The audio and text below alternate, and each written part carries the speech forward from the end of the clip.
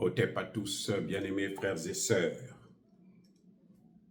La crise entre le Bénin et le Niger se poursuit.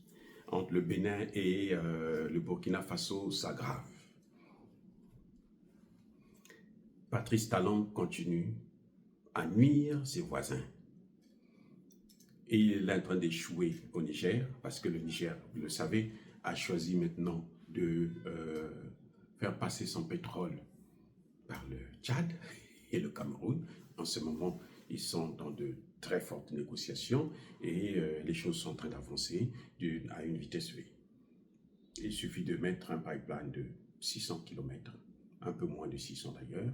Et puis bon, il y a déjà un pipeline entre le Tchad et le Cameroun et ça va acheminer tout le pétrole du Niger par le Tchad et le Cameroun. Donc Patrice Talon a tout perdu. C'est ça le prix de l'arrogance, de l'orgueil. C'est ça ce qu'on appelle l'orgueil mal placé. Monsieur Patrice Talon a choisi la France à son propre frère du Niger. Oui, il y a bel et bien des bases militaires françaises au Bénin. Il y a une base à Porca et il y a une base à Kandi. Donc, il y a au moins deux bases. Le président Traoré a raison. Le président Traoré a dit la vérité parce qu'il en a des preuves et nous le savons tous. Maintenant, quelle est notre preuve à nous qui parlons de ça? Pourquoi moi je dis que le président Traoré a raison? Ce n'est pas parce que je soutiens le président Traoré. Oui, je le soutiens, c'est vrai, parce que c'est un président patriote, c'est un président panafricaniste, c'est un président qui a compris que la peur de l'Occident ne fait pas mourir l'Occident. Il a compris. Il a compris quelles sont les faiblesses de l'Occident. Et il s'appuie sur ces faiblesses-là pour prendre son envol, pour faire décoller son pays. C'est pour ça que nous le soutenons. Mais ça ne veut pas dire que tout ce qu'il dit, nous devrons gober ça comme ça par hasard. Non. Ce ne sont pas des paroles d'évangile. Quand je dis que le président Traoré a raison, c'est pour un fait clair. Vous savez tous que l'ambassadeur du Bénin, du Burkina Faso au Bénin, qui a sa résidence au Ghana, a été convoqué par le gouvernement béninois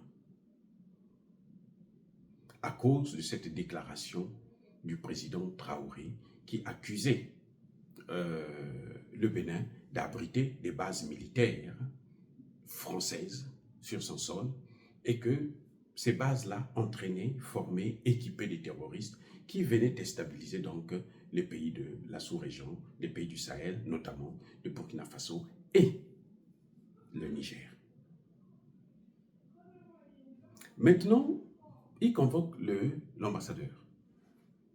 L'ambassadeur, bien entendu, pour des raisons de civilité, s'est rendu.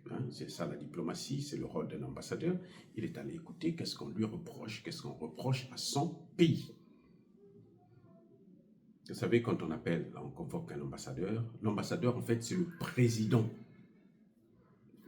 de son pays, dans le pays accrédité. C'est-à-dire que l'ambassadeur du Burkina Faso au Bénin, résident au Ghana, couvre à la fois donc le Ghana et le Bénin. Il est donc le président du Bénin et du Burkina Faso au Bénin et au Ghana. C'est-à-dire que c'est lui qui représente Ibrahim Traoré. En fait, c'est le Ibrahim Traoré du Ghana et du Bénin. Voilà comment ça s'explique. Alors, donc, ils seront parce que, bon, c'est son devoir. Qu'est-ce que j'ai fait dans votre pays? Ce si beau pays qui m'a accueilli. Vous savez quoi? Le Bénin n'a pas apporté un démenti. Le Bénin n'a pas dit à cet ambassadeur, monsieur l'ambassadeur, vous savez, nous, on n'a pas de base militaire.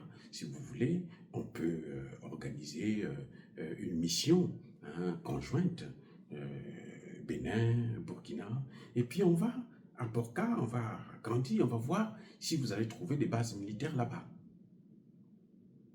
Non. Le Bénin ne l'a pas fait. Qu'a fait le Bénin?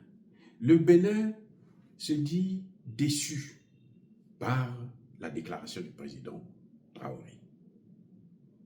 Vous voyez, le Bénin est déçu parce que le Bénin pense que, en tant que président, il ne peut pas faire de telles déclarations, c'est trop fort, parce que ça nous humilie et ça nous crée des problèmes avec notre propre population. Les frères des Burkinabés qui sont ici au Bénin, parce que les Béninois et les Burkinabés sont des frères, les Béninois et les Nigériens sont des frères et sœurs. Donc leurs frères ici, quand ils apprennent ça, que moi, je suis en train de faire ça, donc je suis vraiment déçu, il aurait dû m'appeler pour me parler, pour me dire, et tout, machin. Vous voyez, c'est ça ce que ça veut dire. Puisque le seul communiqué, la seule information, c'est ça. On l'a convoqué pour lui dire que nous sommes déçus. Vous êtes déçus de quoi?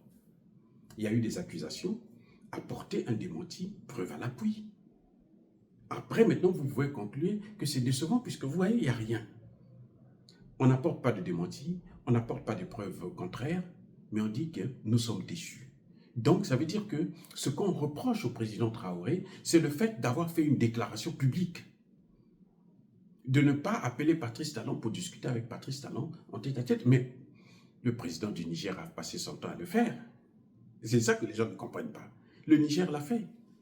Le premier ministre du Niger, c'est le premier qui a reconnu qu'il y avait des bases militaires à Kandi. Moi, j'ai entendu le mot Kandi pour la première fois de la bouche du premier ministre du Niger, M. Lamine. Donc, c'est un peu ça. Ils ont tout fait. Pourquoi voulez-vous que Traoré revienne encore sur les mêmes choses? C'est comme si on l'encourageait. Et puis, Patrice Talon, vous voyez, il est tellement orgueilleux, tellement imbu de sa personnalité. Et il y a encore une autre chose, qui montre qu'effectivement, le président Traoré dit la vérité. C'est quoi?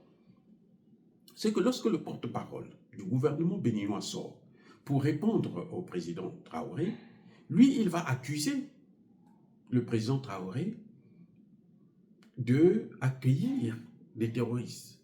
Que les terroristes qui viennent frapper au Bénin viennent du Burkina Faso. Vous voyez comment il est bête? Je dis que je ne sais pas. Bon, je n'ai jamais eu cette opportunité d'être porte-parole d'un gouvernement. Mais si je suis porte-parole d'un gouvernement, si c'est des choses comme ça que je dois les raconter au public, là, je préfère démissionner. Vous vous rendez compte? Il dit, les terroristes là, viennent du Bénin pour ici. Viennent du Burkina Faso pour le Bénin. Ceux qui viennent attaquer. Déjà, le Bénin n'est pas attaqué, n'est pas en guerre contre le terrorisme. Le président Traoré l'avait déjà dit que c'est dur quand vous menez la guerre contre les terroristes et lorsqu'ils traversent le fleuve, de l'autre côté, vous les voyez, ils sont contents, ils sont chez eux. Ils se soignent, ils se nourrissent, ils sont logés, ils sont bien, ils ont tout. Et vous ne pouvez pas les prendre alors que vous en avez les moyens. Mais parce que ce pays-là ne coopère pas avec vous. Il parlait de qui? Mais il parlait du Bénin. Et quand le porte-parole accuse le Burkina Faso, que les terroristes, ce sont les terroristes qui sont du Burkina Faso, et il oublie que les terroristes là, ne viennent pas du Burkina Faso, ils viennent de la Libye. Dans les caisses de qui? Mais de la même France qui est venue au Bénin. C'est la France qui a mené les terroristes au Burkina Faso, au Mali et au Niger. C'est la France. C'est pas Traoré. Traoré est venu pour régler le problème. Il n'est pas venu pour aggraver le problème. Vous voyez la différence?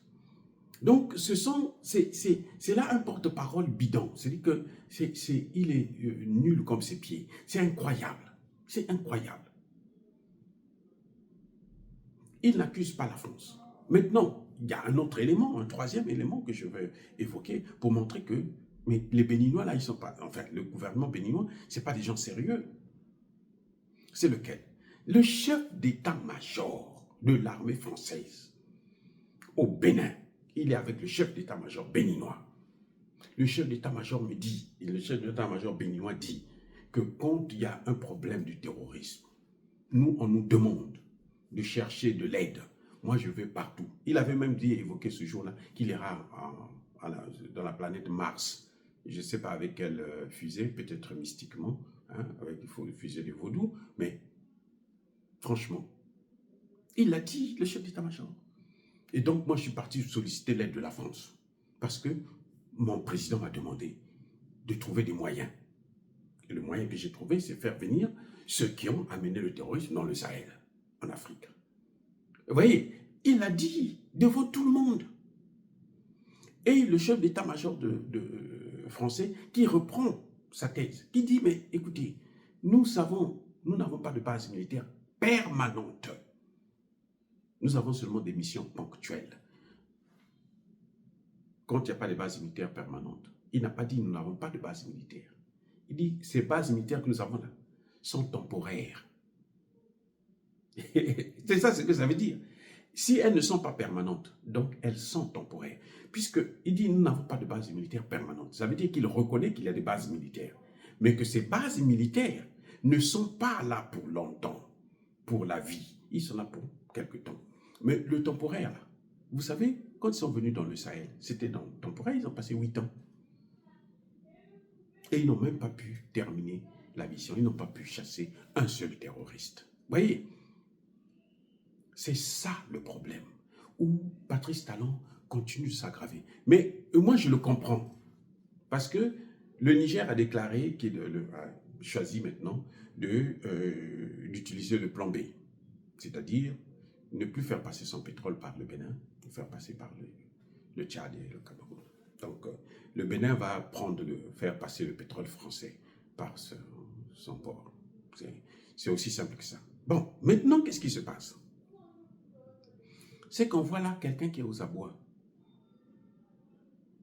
Vous voyez, comme un aveugle qui est en train de se battre avec des gens qui le voient. Donc, il donne des coups dans tous les sens. C'est ça ce que Patrice Talon est en train de faire. Il a gâché lui-même l'avenir de tout un peuple. Les relations qu'il y avait entre le Sahel et le Bénin. Et puis maintenant, il se rend compte que la seule chose que les Français peuvent faire pour lui, là, c'est de continuer à déstabiliser ces pays. Mais cette déstabilisation-là, elle ne va plus durer longtemps. Parce que quand les pays-là ont connu, ils savent maintenant ce qui se passe, eh bien, ils vont prendre des dispositions. Et les dispositions, au moment où nous parlons, ont commencé à être prises. Et ça ne fait pas cadeau. On ne fait pas cadeau à eux. C'est clair, ils sont en train de se faire massacrer pour rien jusqu'à ce qu'on va les exterminer. Et ils seront exterminés. Donc, vous voyez, le Bénin ne cesse de jeter de l'huile sur le feu dans ses relations avec tous les pays du Sahel. Et ça, c'est dommage. Dire cela, c'est inciter à la haine ou à la violence. Non, il n'y a pas colère. Il y a mal. Encore une fois de plus, bien-aimés frères et sœurs, je persiste et je signe. Soyez bénis, soyez abondamment bénis par le Dieu des Kémites et par nos ancêtres angélisés. Mais que tous ceux qui persécutent le continent africain le pillent et le déstabilisent, qu'ils soient noirs, blancs, chinois, arabes, juifs, indiens, qui qu'ils soient punis, maudits, foudroyés, neutralisés, écrasés, effacés par le Dieu des Kémites et par nos ancêtres angélisés. Vive l'Afrique éternelle, j'ai dit et j'assure.